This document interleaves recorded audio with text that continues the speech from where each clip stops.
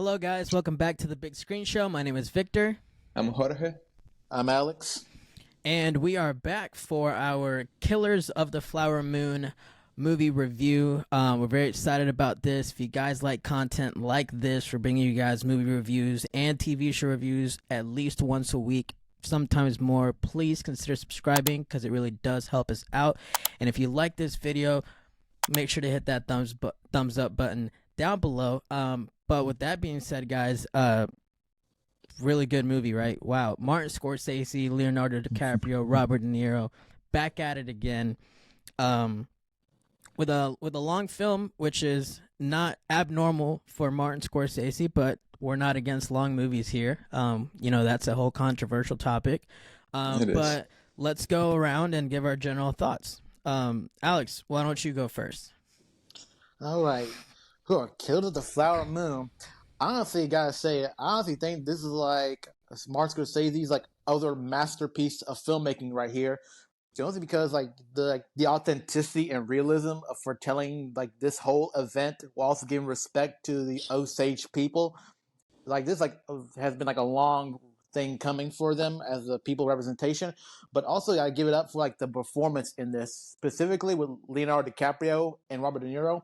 But Leonardo DiCaprio most of all because his role in this movie, where if it was in the hands of any other director, any other writer, his character would be someone who's very one note. But despite that, Leonardo DiCaprio's character has so much depth and complex layer to it, which adds more to the story. Where every time I'm following him, it's just I feel feeling very conflicted feelings about it and what it's doing.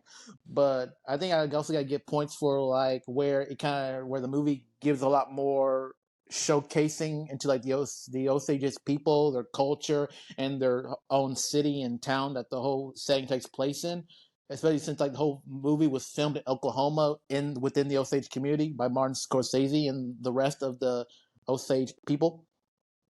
But honestly, despite how long the movie is, its pacing is really good. Where I really don't think anything was ever wasted or anything was too long. It just ran its course wonderfully done, and I don't think there's anything I don't really think there's anything bad I can say about it or anything negative.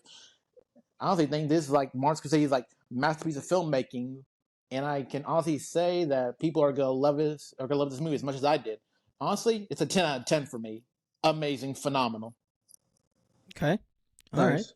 Jorge. Right.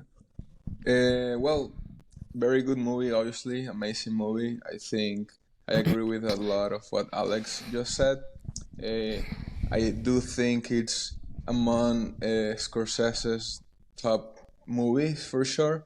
It resembles a lot to what Nolan did with Oppenheimer because they kind of go out of their way to make this, project in a very different artistic approach for what they're kind of used to. We're more used to see Scorsese based on mafia crime films, more in a city environment and not so much in a western environment. And obviously, telling a story that it could be more attractive to the viewers, more than seeing Indian history. But I think he really captured the story in an amazing way. I think the set production in every aspect was fantastic, from the set design to the set of sound. Obviously, the performances were amazing. And it's a slow cook story. It takes its time. From the first and second act. In the third act, it gets more dynamic, more emotional, and more interesting. But obviously, that's what Scorsese was looking for us to get to know and to empathize with the characters of the Osage community, tribe, with the Indian characters, and as well with, Leo's character. Uh, so, overall, amazing movie. My rate is an 8 out of 10. I think the time was a bit of a thing to me. Uh, Not so much that it was too long. I mean, it was a bit long, but I think some moments could have been used in a better way. I'm not saying to cut the time, but to kind of replace some scenes with maybe more impactful and meaningful things that add to the story. But I mean, overall, fantastic movie. I think, like as Alex said, and I say again, it's among like the top movies of Scorsese for sure. Yeah. Nice. Yeah, I genuinely agree with both of what you guys just said. I mean, I think for me, I I went in it expecting greatness, really, and I came out of it not disappointed at all. It's just more like my only, I guess, thing was just I was very conflicted between an 8 or a 9, simply because when I went back and dissected it in my mind, there's not really a negative in this movie. Like there's nothing where I like look at it and I'm like, "Oh, that wasn't good," or "This wasn't good." Like it really was such a well all-around made movie. I mean, truly. But I think what does it for me where instead of a 9, I lean more towards the 8, it's just like it's not a bad thing that it takes until kind of like the third act to kind of get its kind of like I don't want to say Climax. emotion, but like no, not even the climax, because naturally we expect climax to come in the third act. I just mean Yeah. like I guess intensity would be a Okay. word. Intensity would be a word. Like until the third act, there's not really much intensity, and based off the trailer, I expect a little bit more intensity to come in earlier on, personally.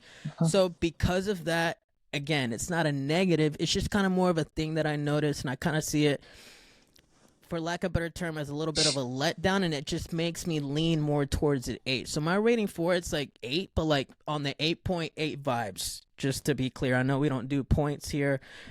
FYI, people, we don't do points. We do flat numbers, but I just want to put it in perspective as to where in the 8 spectrum I land. It's just like just shy of a 9 for me. But again, the rest of everything that you guys say, I fully agree. I mean, I think this is one of my favorite Robert De Niro roles, to be honest. I mean, if you didn't know any better, I said not his best, just favorite. I really liked him in this. Like, if you really think about it and you didn't know who Robert De Niro was, you'd think he would just have that accent all the time. I mean, he had such a great accent, to be honest. Same for Leo. He did such a great job. I have no complaints with the acting. I think they all did a fantastic job. I think they did a great job casting his wife, Leo's wife, who I'm currently forgetting the name of. I'm sorry. Lily Gladstone, but plays the wife Molly. Right. I think she did an amazing job as well, especially when being sick. I mean, you could just really just feel for her, to be honest. But anyways, yeah, I have no complaints. And it is, like you said, Jorge, a slow cooked movie, but I don't think it's a negative. And if anything, we were prepared for such a thing, right? Like it's like when you come in to see Oppenheimer. At least personally, I think I was prepared for kind of like a slow cooker as well. And that's okay. That's the thing. You can't expect like a 3 hour and a half movie to just be, the reason why it's so long is because they want it to be intricate, and that's all this is. The movie is actually very simple as a whole when it comes to the basis of the plot. Martin just did such a great job in making it so detailed, and I think you made a great point, Alex. The first 2 acts like focus on you, making the audience want to really dive in with these characters, so that when the third act comes in, it's much more impactful. You're like, dang, like now he's got to go through this, and you really have that emotion attached to these characters because you've seen them live through so much. Right. So yeah, I mean, hey, but clearly general consensus from all three of us is 2 thumbs up, right? Yeah. Yeah. Top movie of, like, among the top movies of the year for sure. For sure. Right. Oscar nomination for next year. Yeah. 100%. Yeah.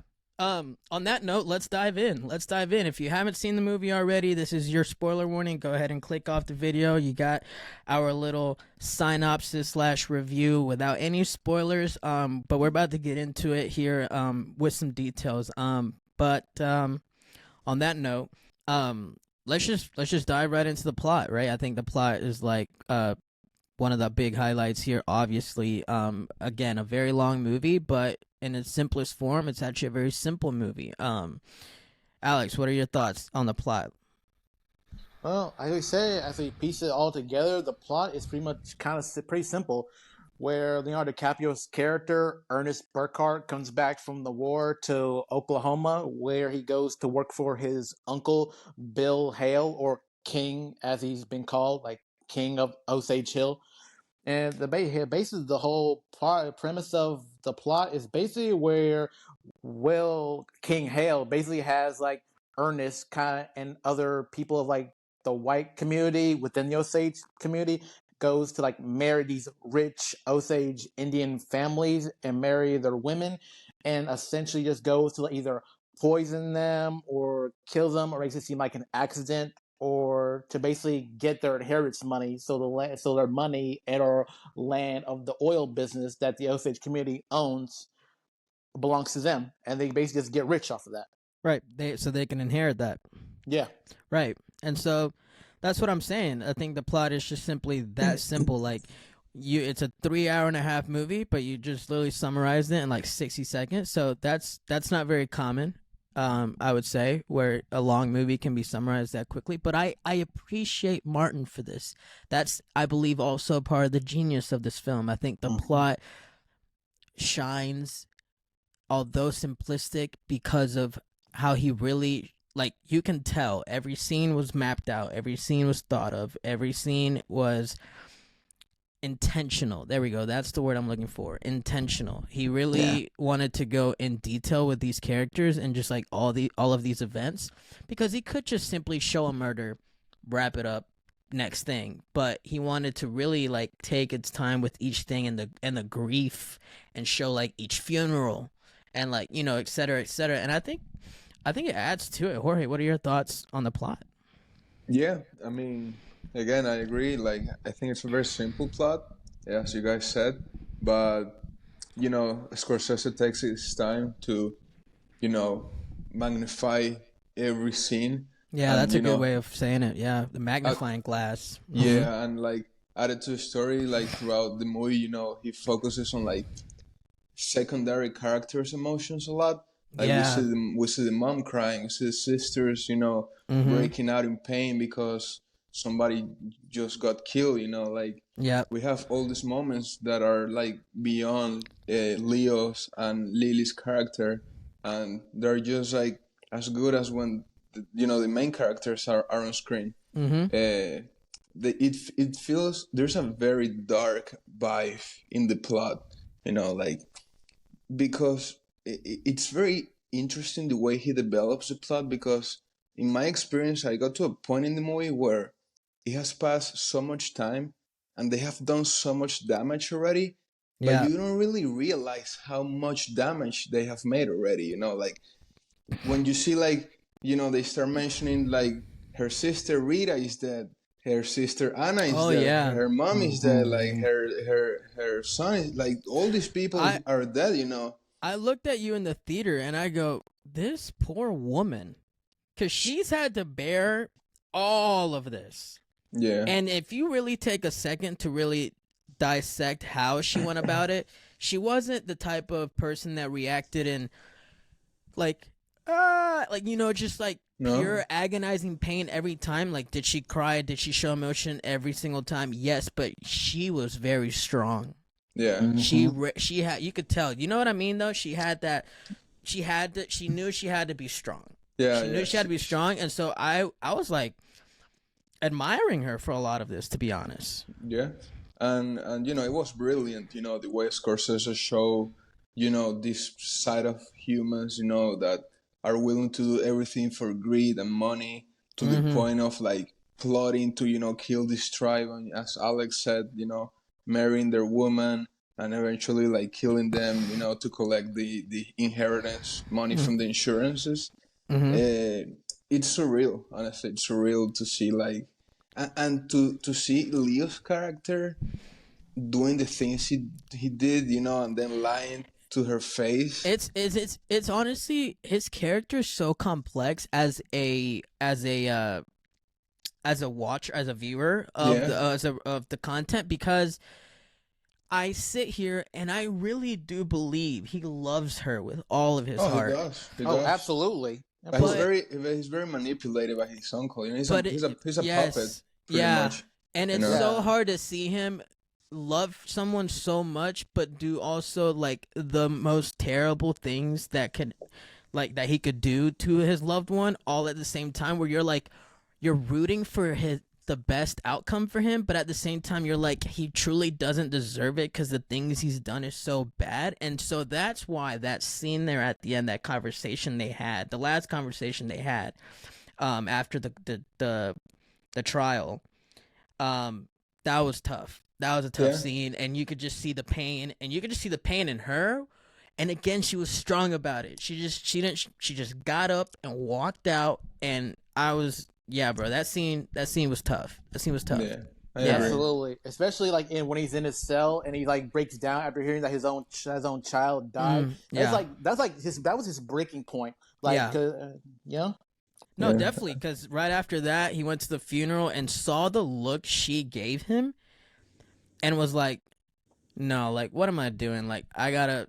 Like he said, wash away all my sins, get out from underneath this. And in the end, he did the right thing, but that didn't necessarily mean that he was gonna, fulfill that happy ending that he wanted. Obviously, well, he did the right thing partly, because of course, he never confessed to her that he was poisoning her. Yeah, So yeah. Which question wasn't his uncle that brought the doctors over that added the poison to that? Like, he didn't go and try to, right? He did, right? No, it was all part of the uncle's plan, Which, god dang.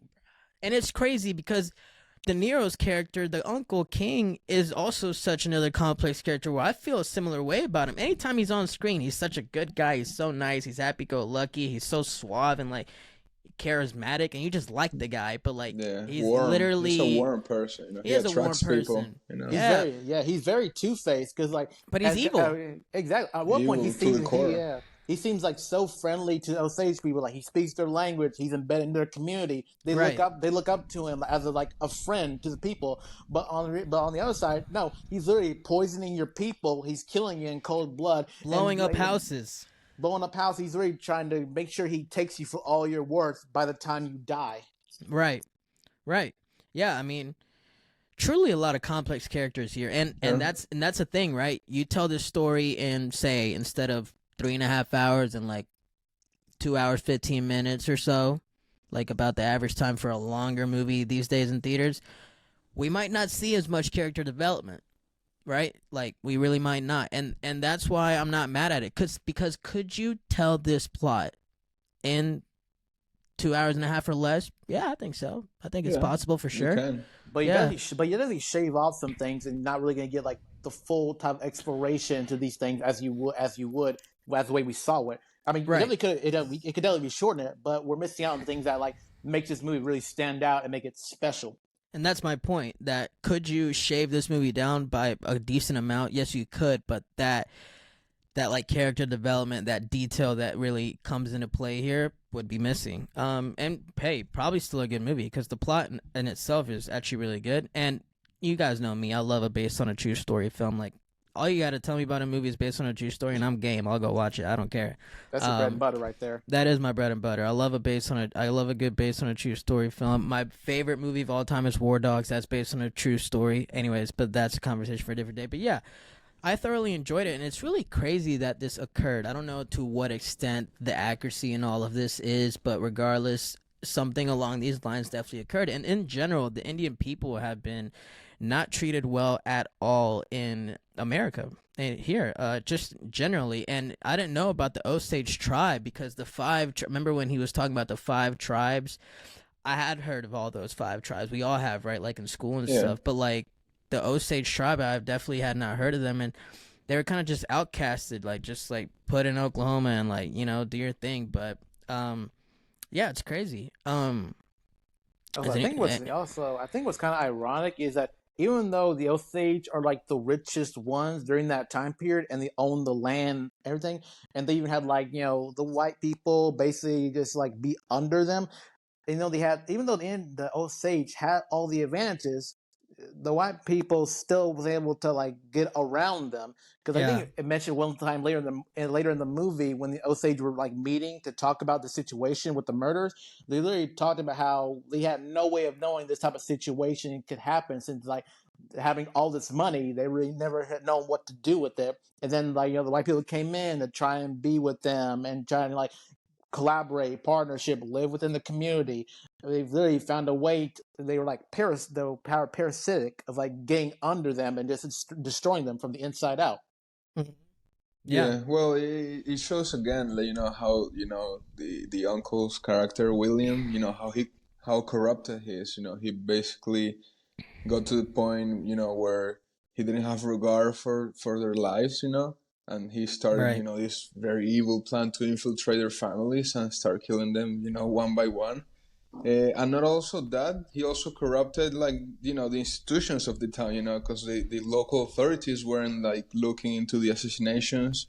So many like cases had been like passing, more than 100, I think they mentioned at some point when they're like in a meeting. Corrupted the doctors by the, getting them to the, help out with the poison. the doctors, yeah. And I was very pleased to see, that there wasn't the FBI involvement. It was actually the beginnings of the FBI, and it was the first biggest case of the FBI. So it was a very important moment for sure for the institution.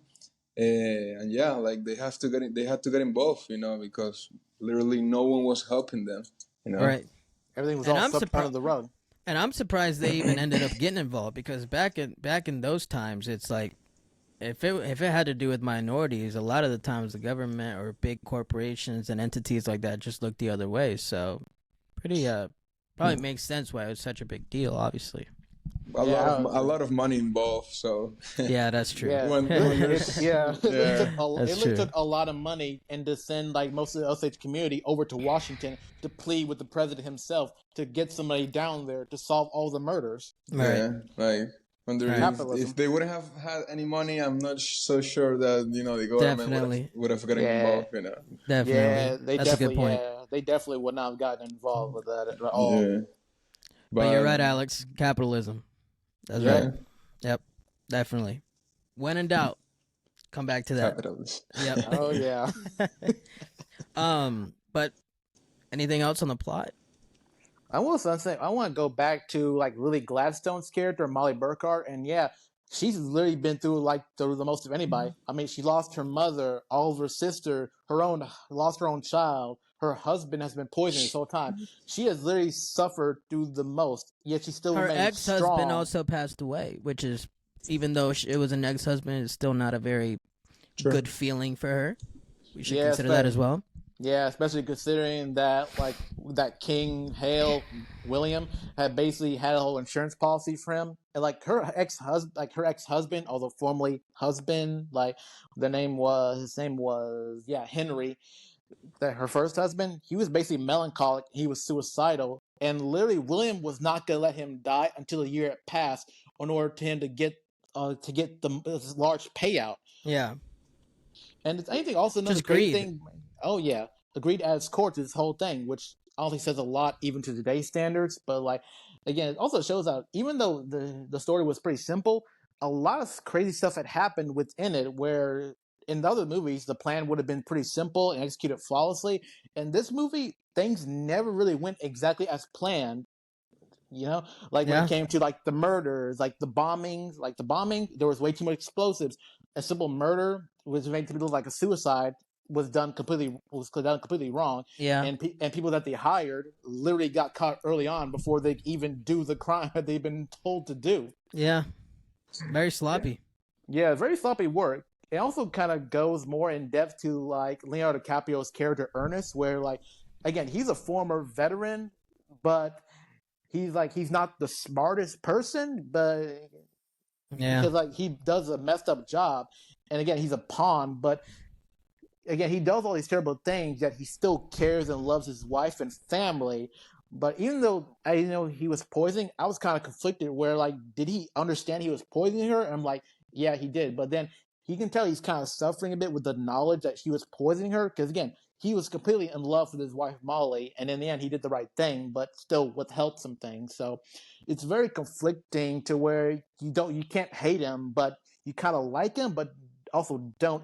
You're kind of in between with this character. That's what makes him so layered and everything. He's not the Yeah. smartest, but he's so easy to manipulate and use with his uncle, who, like, even in some scenes, he basically treats Ernest like a child. Since, as a Yeah. kid, he used to look up to his uncle, always calling him king. Everything. Yeah. And also, 100%. and I gotta say, Leonardo DiCaprio playing Ernest is like the opposite of every character he's ever played in the past. Where other characters he's been like charming, confident, everything like that. Ernest is nothing like that. He's like the complete opposite of every character Leonardo DiCaprio's ever played. Yeah. I agree. That's true. That shows you the range he has as an actor. Yeah, Because that's a good point. Because people are literally calling DiCaprio's performance like the greatest he's ever done, which I can see why they're saying that. Because again, this is like the opposite of all the other characters he's ever played before. I can definitely see why. Well, he He's got also some wasn't ability. like Mr. Charming in The Revenant, but still, most of his Oh yeah, So roles. especially that like the other I guess Western reference that we have from DiCaprio is on Django, and his character in Django, it's like completely different than this. It's the opposite. yeah, but in Django, he still played like this cocky, confident dude who's Yeah. like the boss of everybody. And then and of course, in Shutter Island, he was like a lot man, but he was like very serious, but still like confident in his abilities, but still had like He still and had a bit that of suave to it, to be honest. yeah, kind of like serious, dark, intent thing in there, especially Yeah. with what we know later on in Shutter Island. But like, I Yeah. said, you can't, Dude, we should review that movie. I love that movie. But Yeah. go ahead. But yeah, we definitely got to do like a whole nostalgic look back for movies later on when we got more subscribers. So, but yeah. Which is why you guys should subscribe. But now, I completely agree with what both of you guys have said. The plot, obviously really simple at its core, but very detailed and very intricate when you really look at how it's presented. And so we obviously appreciate that from Scorsese.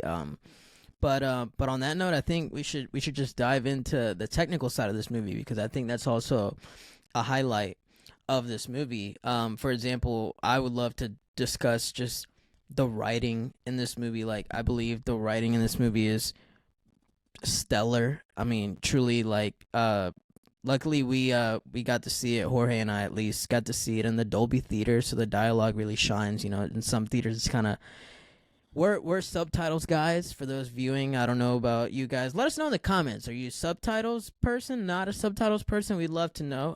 But we are definitely all the way.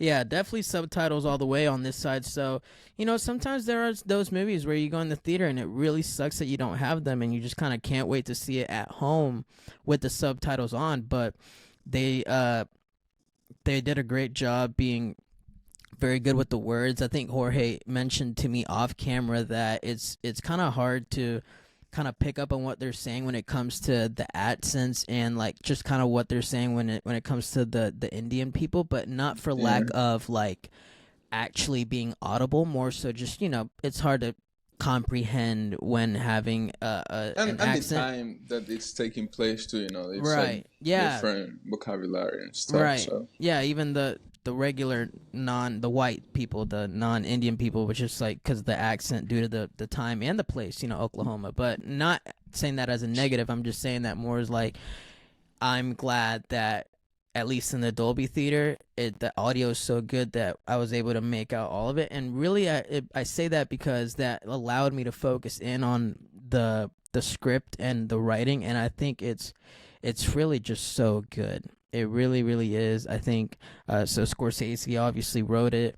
You mentioned to me, Jorge, off camera as well. It's actually the movie based on a book.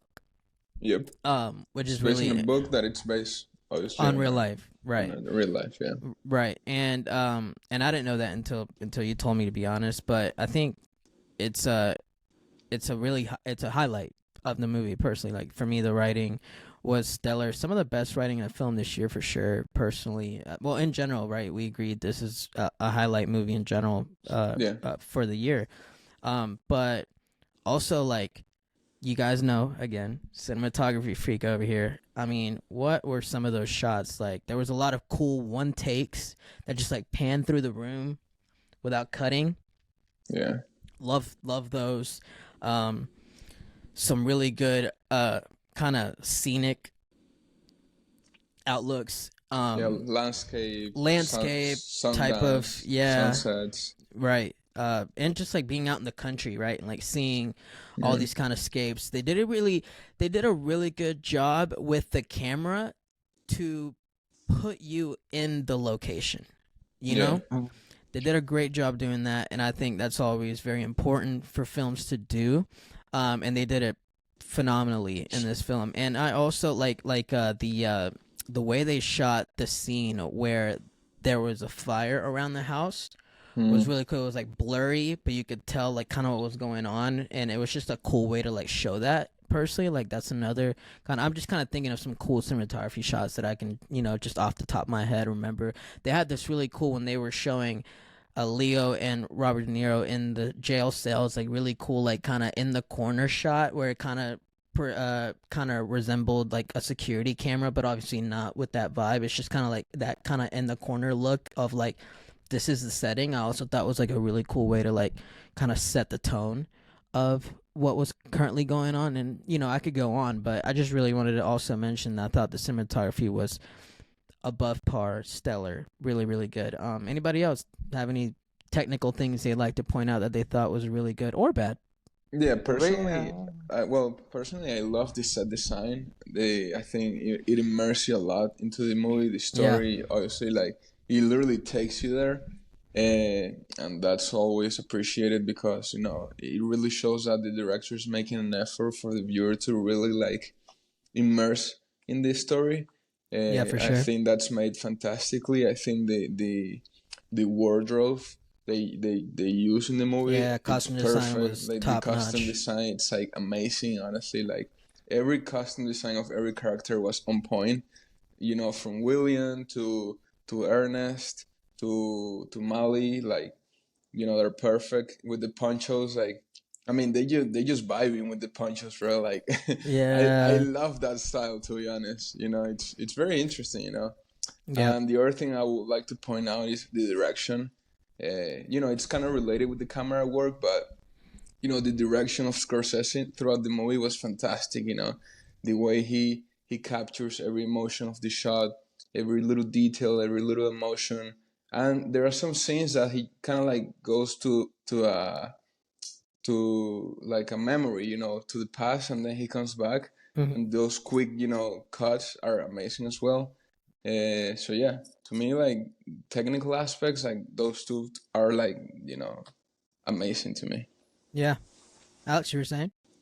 Yeah, for me, I think the good pieces of like camera work for one part is like when they actually do show the murder or like a funeral death scene.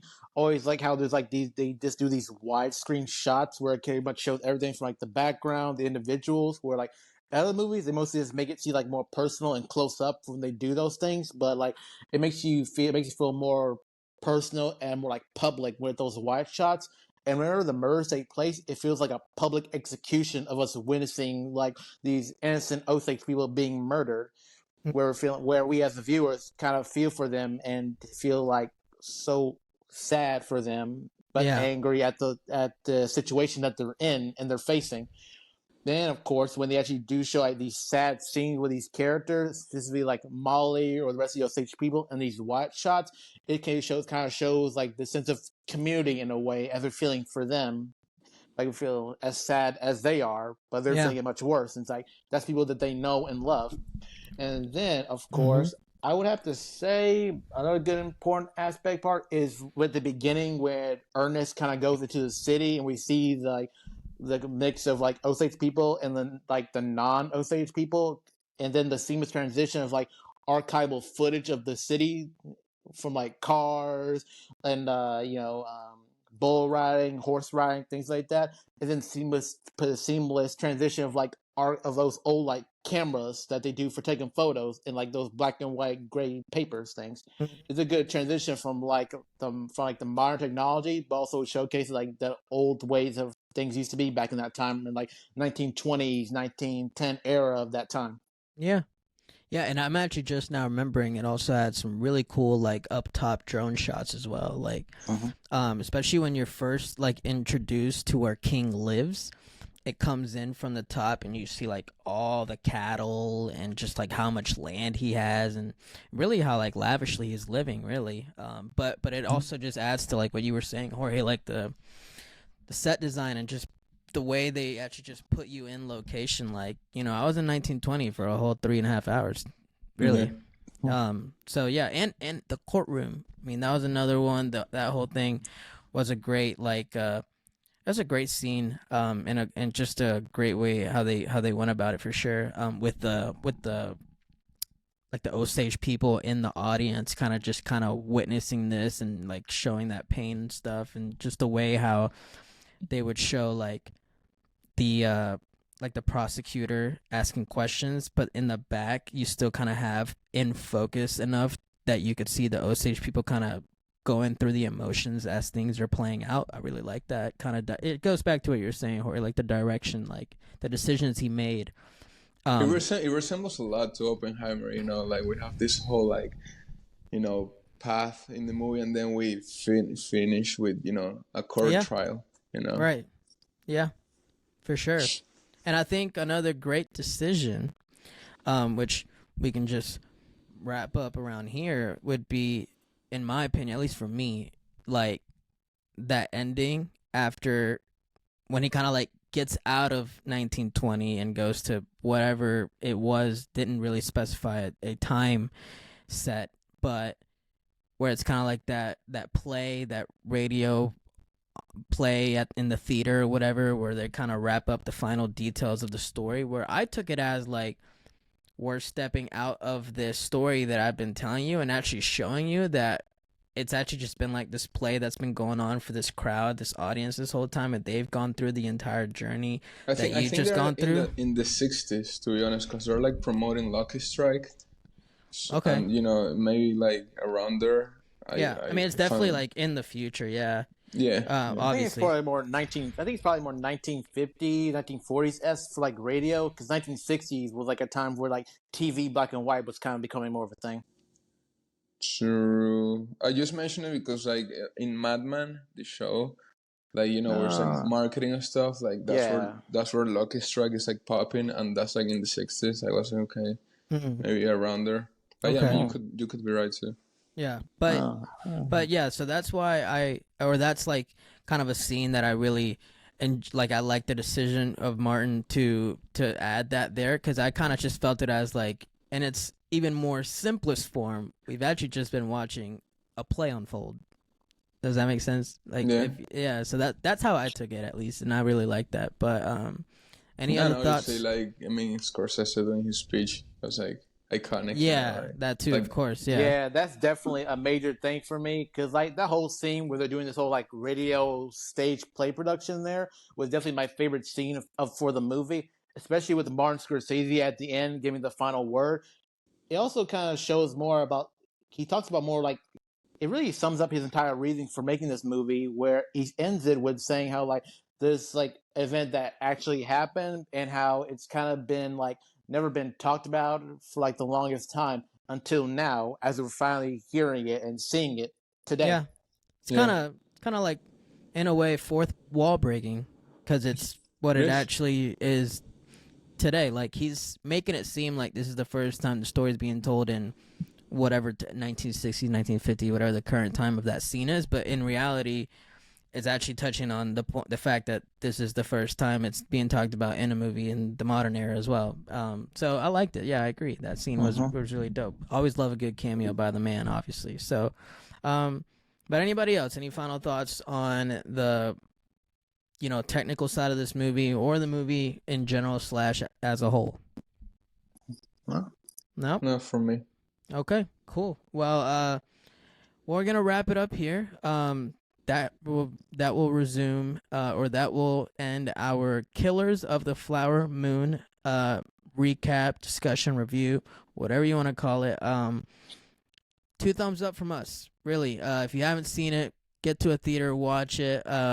Make sure you use the bathroom before. It is a lengthy movie, but definitely worth the watch. Definitely worth the money.